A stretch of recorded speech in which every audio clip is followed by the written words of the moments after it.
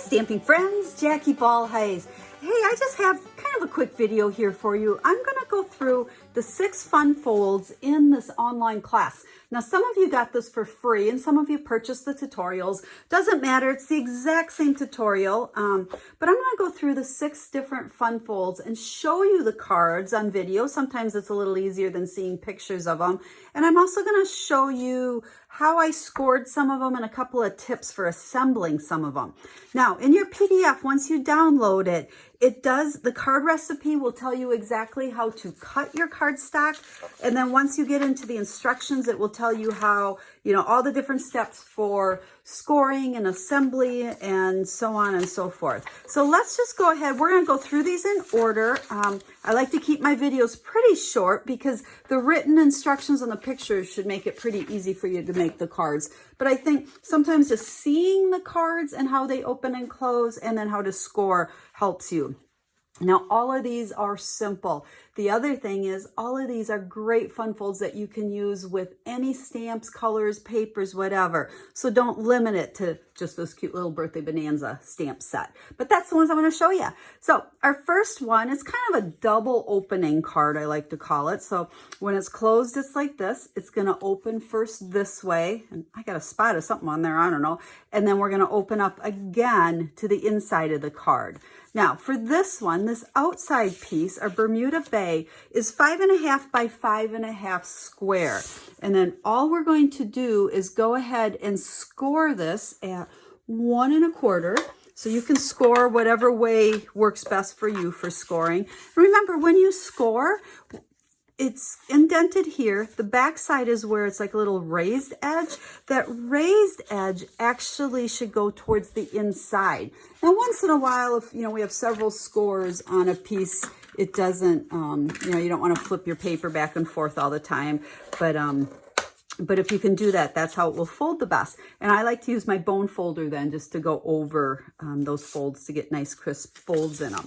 Then our piece of Whisper White on this one is 8 1/8 by 5 1/4. I know the 8th's kind of a weird measurement, but that's what really fit the best inside here to give you a border all the way around it. So we wanted to see a little bit of that Bermuda Bay.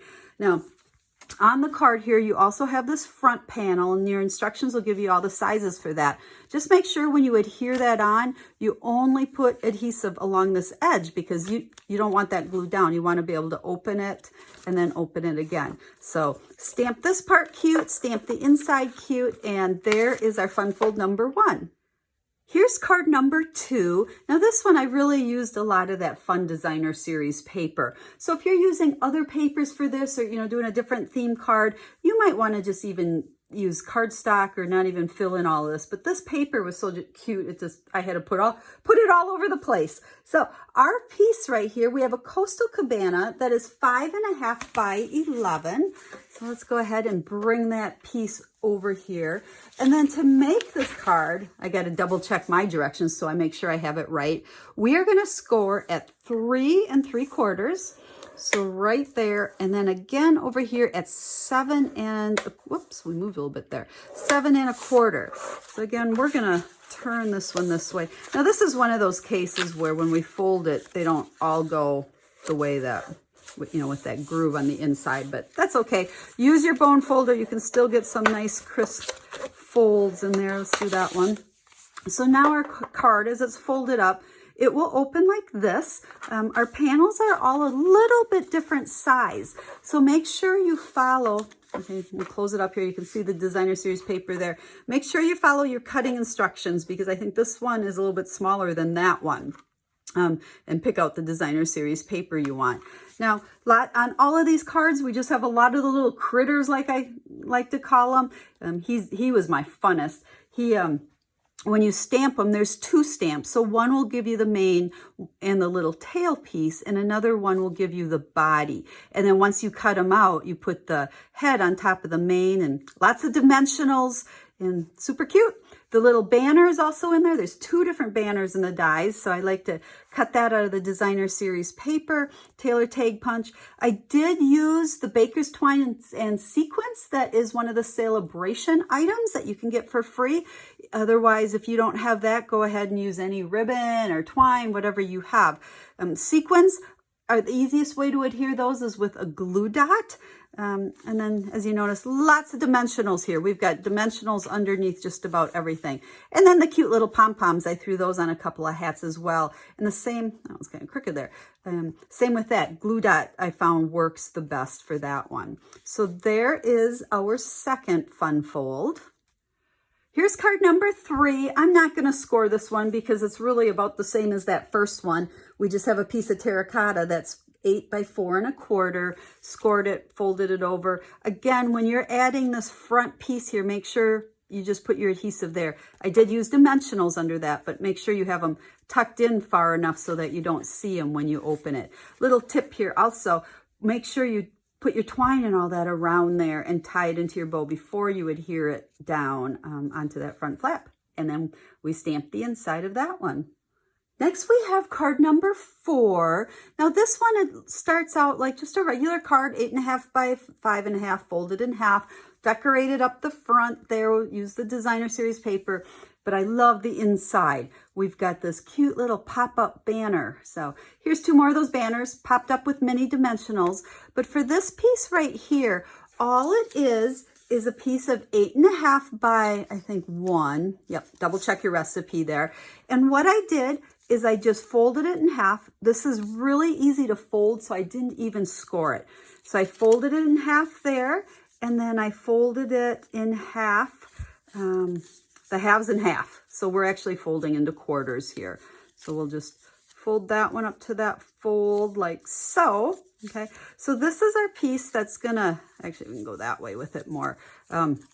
This goes onto the inside of the card like so. So now I just put adhesive on this panel and on this panel and stuck it down into the inside of the card. That way when our card opens and closes, it pops up and down.